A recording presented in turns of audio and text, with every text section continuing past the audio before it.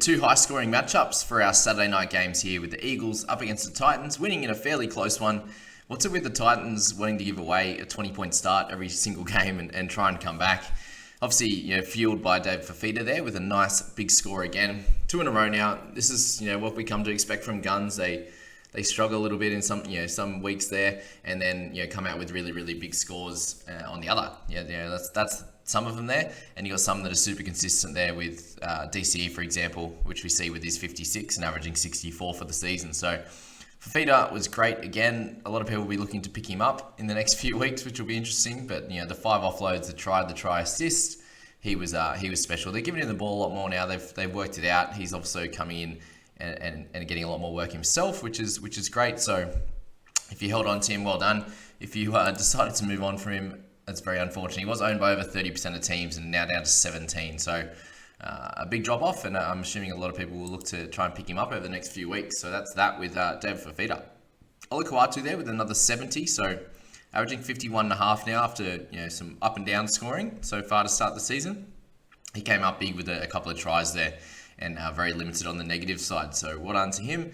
For him with 64 was really, really nice for him there, averaging 32 for the season. I spoke about DCE, just the consistencies there, the 128 metres gain there, the 1 goal and the 1 assist, which was nice for him. Obviously, if you captained him, you would have hoped for a 65-70, but you'll still take the 56, that's for sure.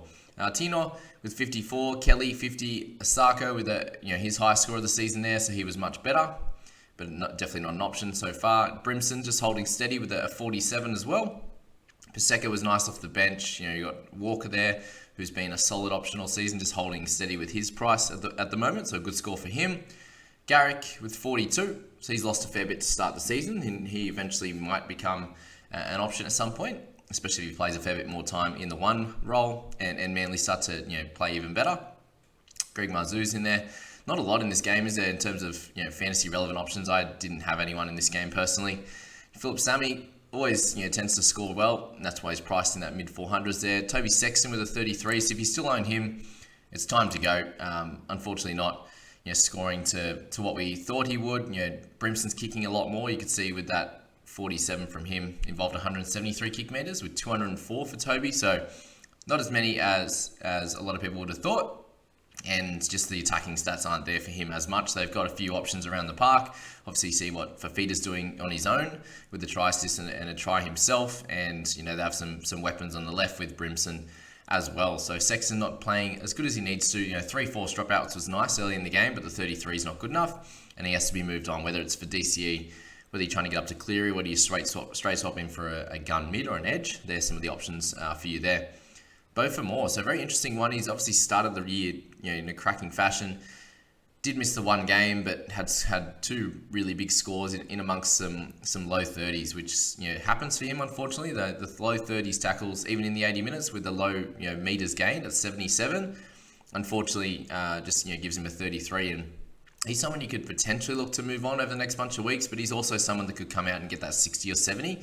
And continue to make you money a little bit more than where he's at now, because he's priced around that mid 40s now, mid to low 40s. So with the 47 average, he'll need to pick that up a little bit to get that money making potential coming back into it again. But at the moment, this is probably where he's going to stay. So up to you what you want to do with him. I still think you can hold him, but yeah, definitely up to you on what you want to do with that one. All right, Talata Gula. So 4 missed tackles for him.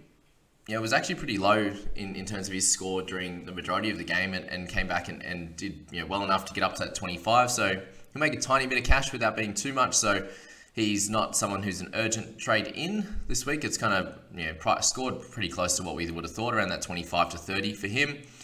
We'll speak about him a little bit more during the week. So Davey with 24 in his 67 minutes. So the 4 missed tackles, a couple of penalties, an error, and also the 2 infringements there, the ruck infringements, got him a low score this week at 24. So his money making potential starts to slow down, and this is the reason why we, once he got to about 300k, wasn't going to be a buy. You had to buy him kind of at the start. You've got that 80k, and you'll probably level out around that 340, 350 at this stage there. So that's the thoughts on this game, guys. Let me know if you had any plays in this one. If you held strong with Fifita, well done. Let me know in the comments there. All right, Storm versus the Sharks. So it's a very fun game if you owned Harry Grant or Talakai, that's for sure. With 76 for Harry, I tried 2 line breaks there, 8 tackle breaks. He's been really, really good. So showing his worth now, him and Damien Cook, the clear top 2 options in the hooking position. So if you own him, you're going to have a great score this week. Mulatalo continues to play amazing footy.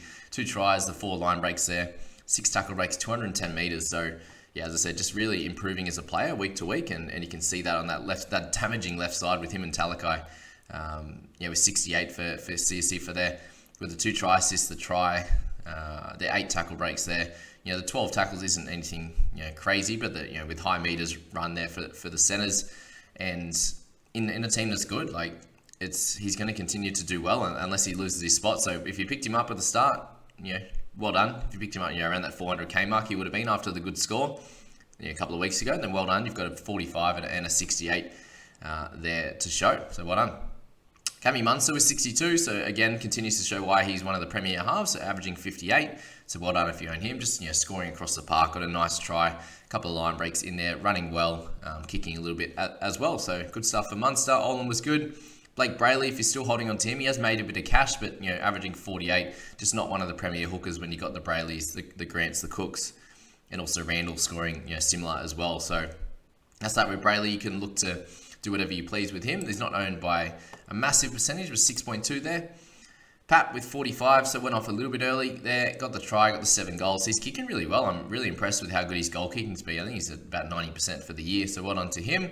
The 173 run meters was really good, and the 4 kick defusals. So doing okay, right? He's priced at the 50 mark, or just above, so he's averaging to that at the moment. And there's not really many guys that are killing it in the wing fullbacks, and so I think he's definitely a hold. Nico Hines is in that same mold there. He's still going to have the lowest score in him as well, which you saw here. Just didn't get any of the assists or anything like that, with a lot of the try scoring going down the left-hand side with Talakai and also Mulatalo. Hines just did his job, kicked a few goals. The 400 kick meters, 100 run meters, and 18 tackles. Kind of, solid one there. He'll have games where he gets back up into the mid-60s and 70s and have these 45s in him as well. So that's that for Nico. Nothing to stress about there. One that I know a few people will be stressing about is Jerome Hughes at 41 there. In his 74 minutes, so he obviously went off a tad early as well. 1 try assist. The run meter's probably down a little bit. And the 4 missed tackles was a little bit annoying when he's only making 12. So you're looking for him to get up near that 18 to 20.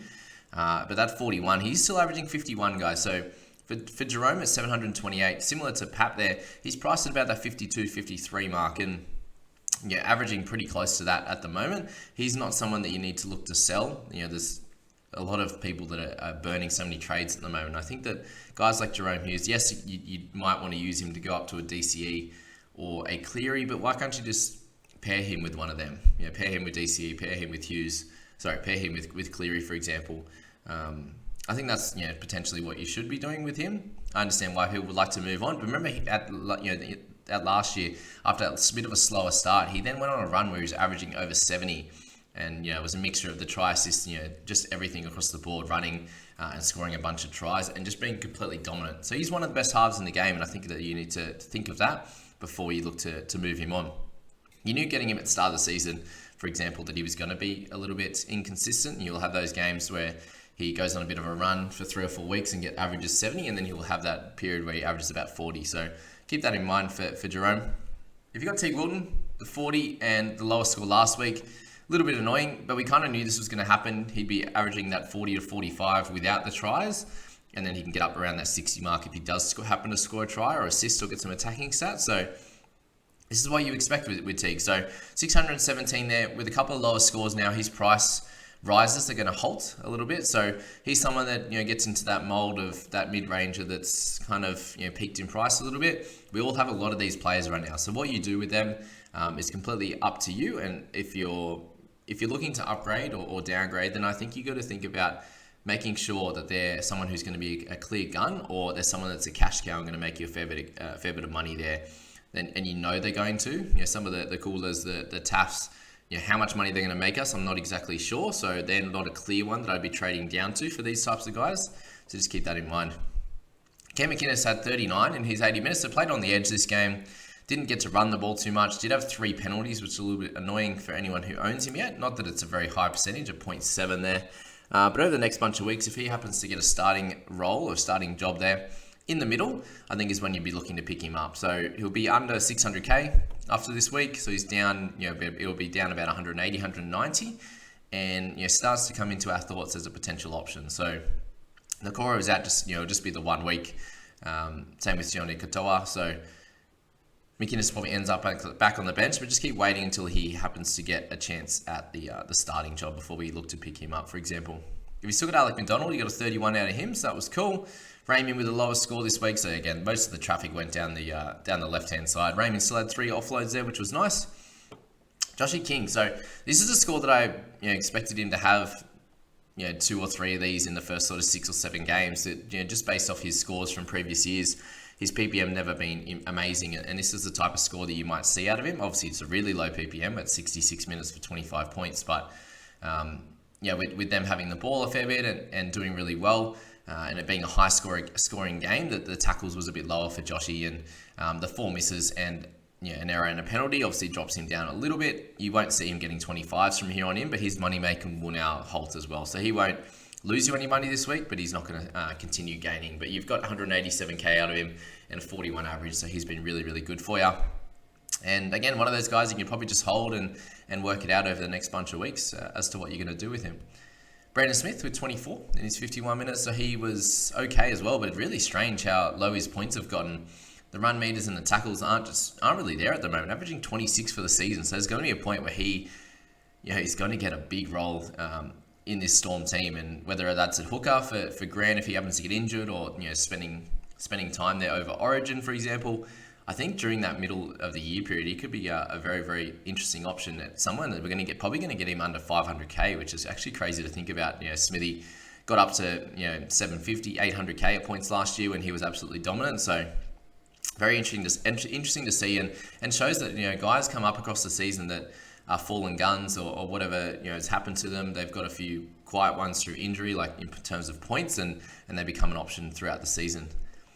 Matty Moreland with 22, Kennedy a lower one as well. You've got Tyron Wishart. If you own him, he's not going to be making any cash anytime soon. And Paul Finucane, if you own him as well, 9.3% ownership and 0 for his 7 minutes. So 2 missed tackles to go along with his 18 meters and 3 tackles gives him a 0. So that was a tough one for Finucane.